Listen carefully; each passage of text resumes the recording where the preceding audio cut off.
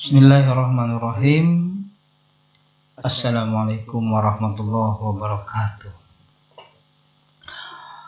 Anak-anakku sekalian, selamat pagi.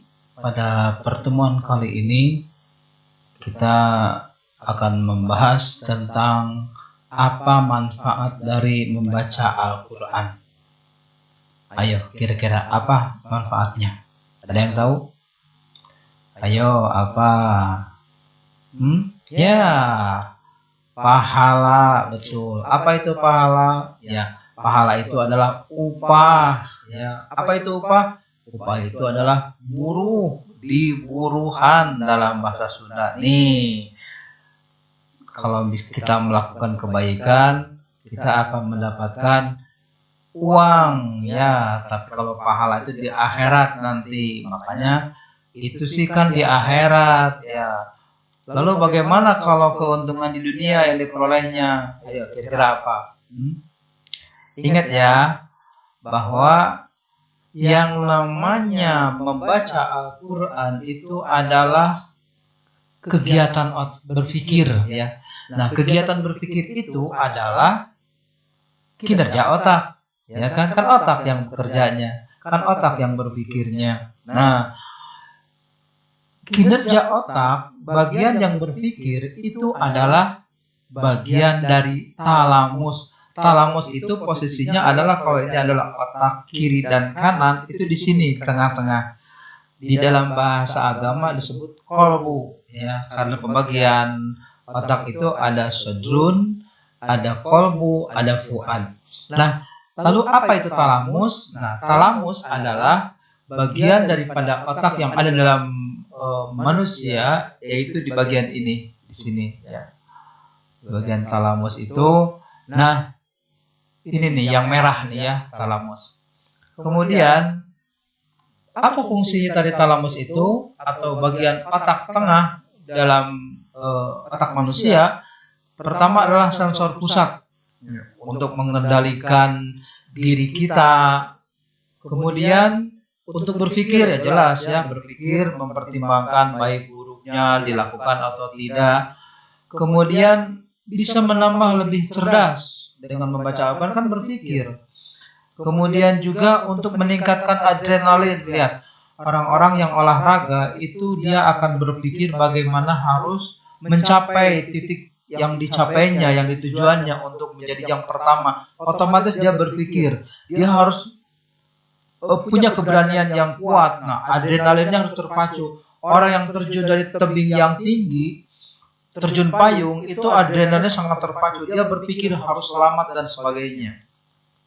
Kemudian ketika adrenalin itu meningkat, maka antibodi dalam tubuh kita itu akan meningkat pula, akan menjadi semakin banyak. Nah, ketika antibodi semakin banyak, maka imunitas daya tahan tubuh kita juga akan semakin kuat. Berarti semakin banyak olahraga, maka tubuh semakin kuat karena antibodi dalam tubuh semakin banyak.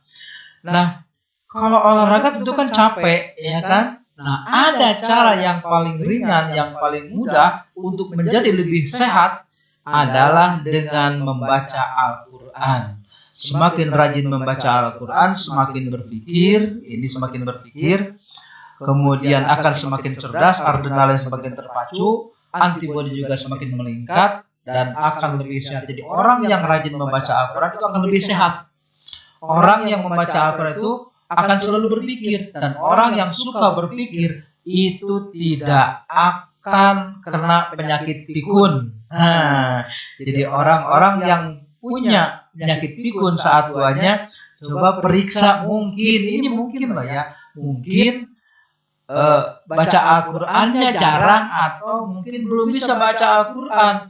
Makanya yuk dari sekarang belajar Al-Quran biar lebih pintar, ya. Nah, bisa cerdas, bisa sehat, dan bisa panjang umur. Kan sehat, kan berpikir terus, ya kan? Nah, membaca Al-Quran itu tidak mengenal usia. Itu udah tua masih mau belajar tuh. Masa kita masih yang kecil-kecil ini belum mau belajar Al-Quran? Nah, karena membaca Al-Quran tidak mengenal usia. Setuju?